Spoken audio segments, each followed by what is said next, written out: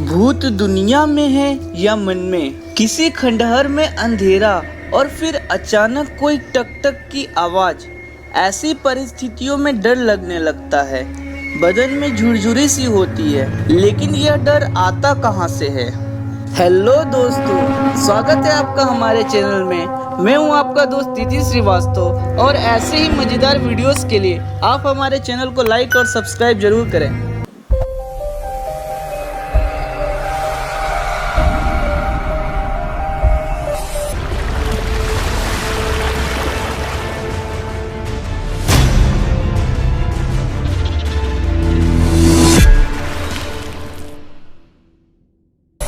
डर या भय, इसका सामना हर इंसान करता है। क्या वाकई में कोई चीज हमें डराना चाहती है या फिर हमारा दिमाग भ्रम पैदा कर हमें असुरक्षित महसूस कराता है। असाधारण घटनाओं को वैज्ञानिक अध्ययन करने वाली पैरासाइकोलॉजी इसी डर का जवाब खोजने की कोशिश कर रही है।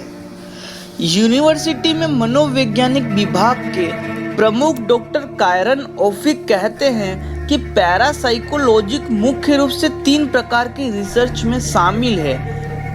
पहला इलाका है विचित्र किस्म का आभास। इसमें टेलीपैथी या फिर हमें ऐसा आभास होता है कि ये हमने पहले भी देखा हुआ है। दूसरा विभाग है दिमाग के जरिए कोई काम करना, जैसे बिना छुए चम्मच को मोड़ देना। और तीसरा विभाग है मृत्यु के बाद का संवाद, जैसे भूत प्रेत या आत्माओं से संवाद। असाधारण घटनाक्रम से जुड़े मनोवैज्ञानिक को समझने के लिए वैज्ञानिक न्यूरोसाइंस की भी मदद ले रहे हैं।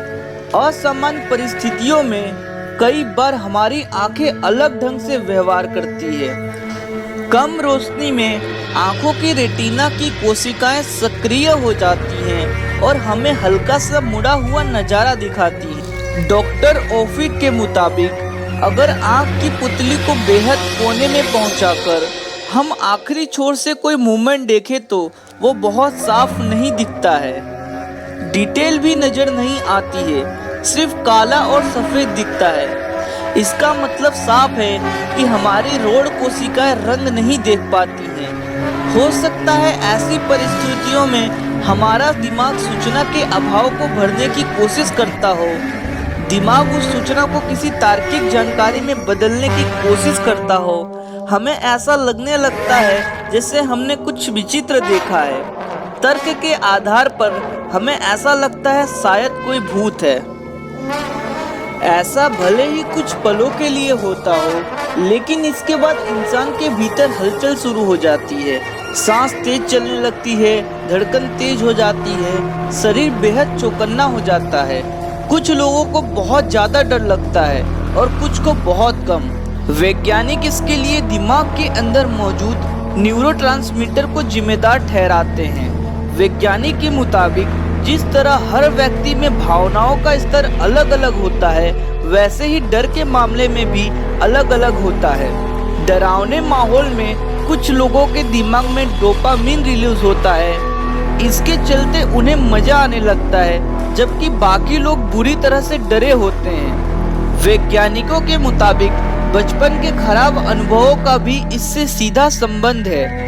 अक्सर भूतिया कहानियां सुनने वालों का हॉरर फिल्में देखने वाले लोगों के जहन में ऐसी यादें बसी होती हैं और जब भी कोई असाधारण वाकया होता है तो यह स्मृतियां कूदने लगती हैं। जब हम कोई पुरानी इमारत देखते हैं जहां अंधेरा हो, आसपास कोई आबादी ना हो, तो हमें भय का एहसास होने लगता है। वैज्ञानिक के मुताबिक ज्यादातर हॉरर फिल्मों में ऐसी इमारतों को भूतिया बिल्डिंग के रूप में पेश किया गया। यह जानकारी हमारे दिमाग में बैठ चुकी है। ऐसी इमारतें देखते ही हमारा मस्तिष्क हॉरर फिल्मों की स्मृति को याद करने लगता है। डर पैदा कर मस्तिष्क में चेतावनी देता है कि इस जगह खतरा है, जान बचाने के लिए यहाँ से दूर रहना चाहिए। इसके बाद धड़कन तेज हो जाती है और पूरा बदन फटाक से भागने या किसी संकट का सामना करने के लिए तैयार हो जाता है। यह सब कुछ बहुत ही सूक्ष्म मनोवैज्ञानिक स्तर पर होता है। फिर कहते हैं कि किसी व्यक्ति से इतना कह दिया जाए कि यह इमारत भूतिया है तो उसके भीतर एक अजीब सी भावना पैदा होने लगती है। इसके बाद उस इमारत में जो कुछ भी सामान्य ढंग से घटेगा वह इमारत महसूस कराने लगेगा। लेकिन क्या भूत होते हैं?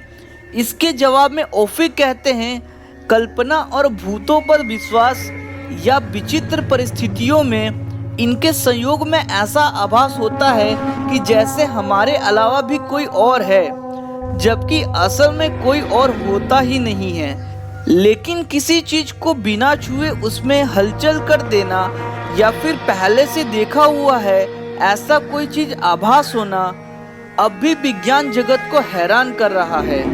ओफिक जानते हैं कि दिमाग की कुछ विलक्षण शक्तियां अब भी विज्ञान के दायरे के कोसों दूर हैं।